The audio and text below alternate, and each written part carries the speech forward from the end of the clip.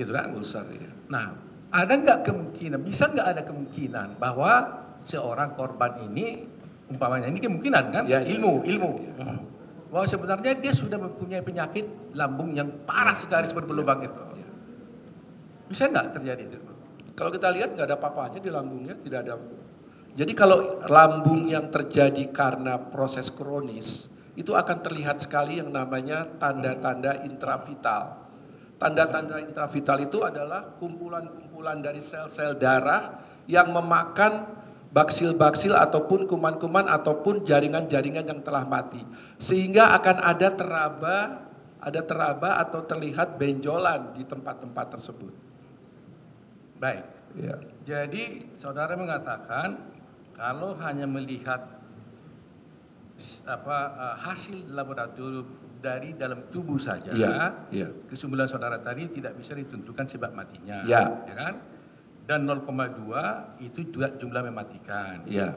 Tapi saudara ahli menjelaskan karena ada keterangan yang lain, maka saudara menghubungkannya, kan begitu Pak? Kan siap.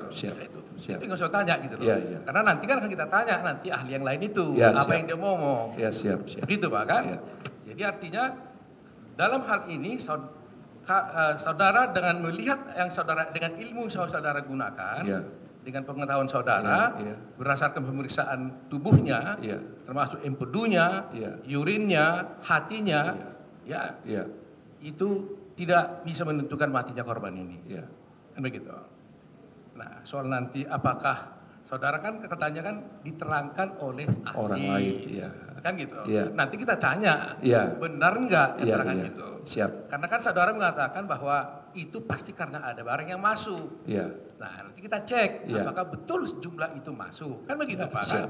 Karena berbeda soalnya kan? Karena faktanya 0,2, jaksa mengatakan lethal dosisnya tadi malah 2,5 miligram, nggak cocok gitu loh. Jadi kalau 0,2 aja ditemukan SITs apa adanya begini, nggak mati di korban, kan begitu Pak ya? Tapi Bapak juga mesti ada di dalam pemikiran Bapak bahwa korban ini sudah 3 hari. Nah, sekarang gini, dengan 3 hari itu kan jadi kemungkinan kenapa?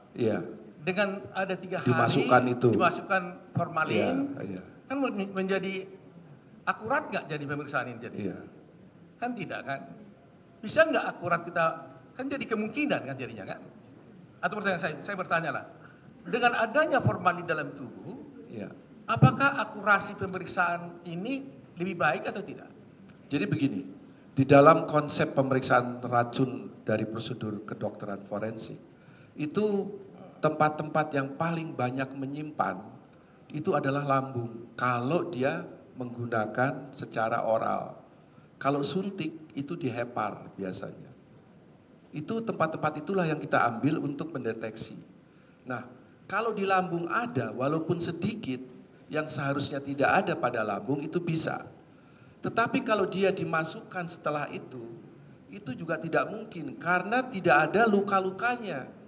Tidak menyebabkan luka. Tidak menyebabkan luka. Itulah yang tadi saya katakan bahwa pada orang-orang yang sudah mati dimasukkan racun ke dalam tubuh, tidak ada reaksi tubuh karena korbannya sudah mati. Nah, kita lihat di sini bahwa makanya saya juga memeriksa PA-nya, patologi anatomi, untuk melihat bahwa ini memang terjadi namanya antemortem, sebelum mati. Nanti ada juga yang postmortem. Ya, jadi banyak sekali dulu waktu zamannya racun orang suka minum serangga, itu sering sekali orang sudah dibunuh terus dia masukkan.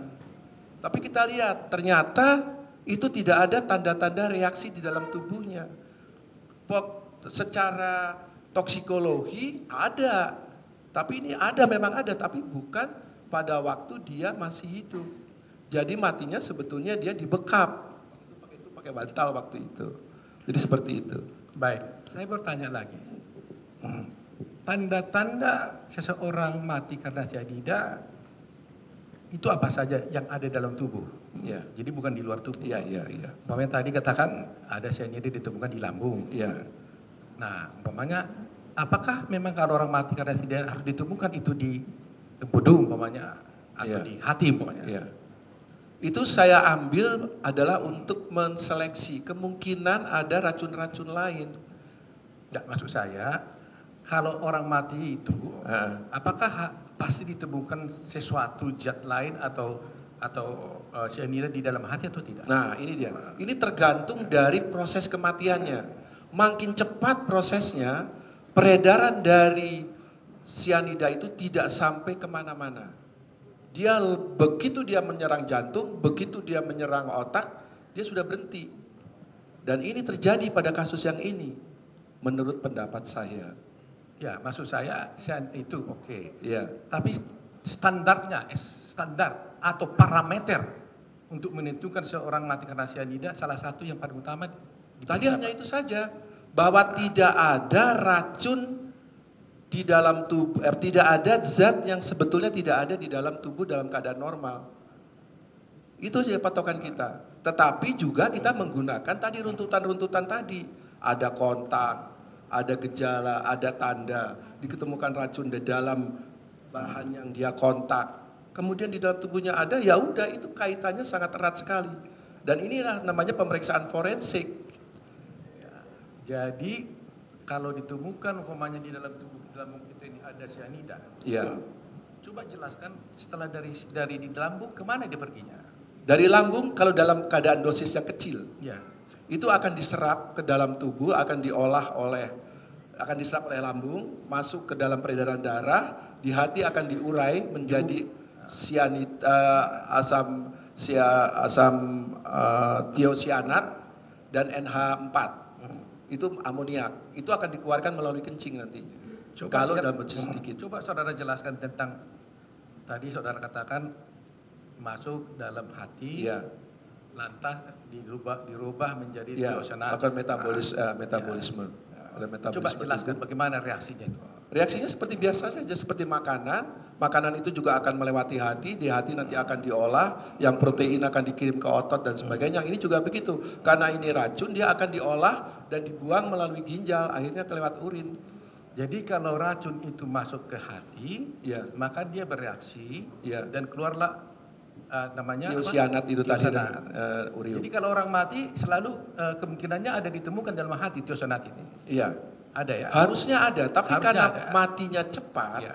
Proses itu belum berjalan. Ya. Proses Jadi, itu belum berjalan. Seharusnya ada ya? Ada. Seharusnya syarat, karena saya baca di ahli itu juga. Iya. Seharusnya parameter untuk menentukan matinya seorang ini adalah karena ditemukannya zat tiosianat di dalam hati. Iya. Pertanyaan saya, di dalam hasil lab ini ditemukan nggak tiosianat itu? Nggak ada, karena apa? Karena dia cepat sekali proses kematiannya. Nanti solusi kedapnya apa? Tidak ada ya? Tidak ada, tapi Bapak juga harus berpikir saya ngomong tidak ada, karena apa? Secara forensik itu karena prosesnya sangat cepat sekali. Hitungannya hanya detik loh Pak. Hitungannya hanya detik. Ya.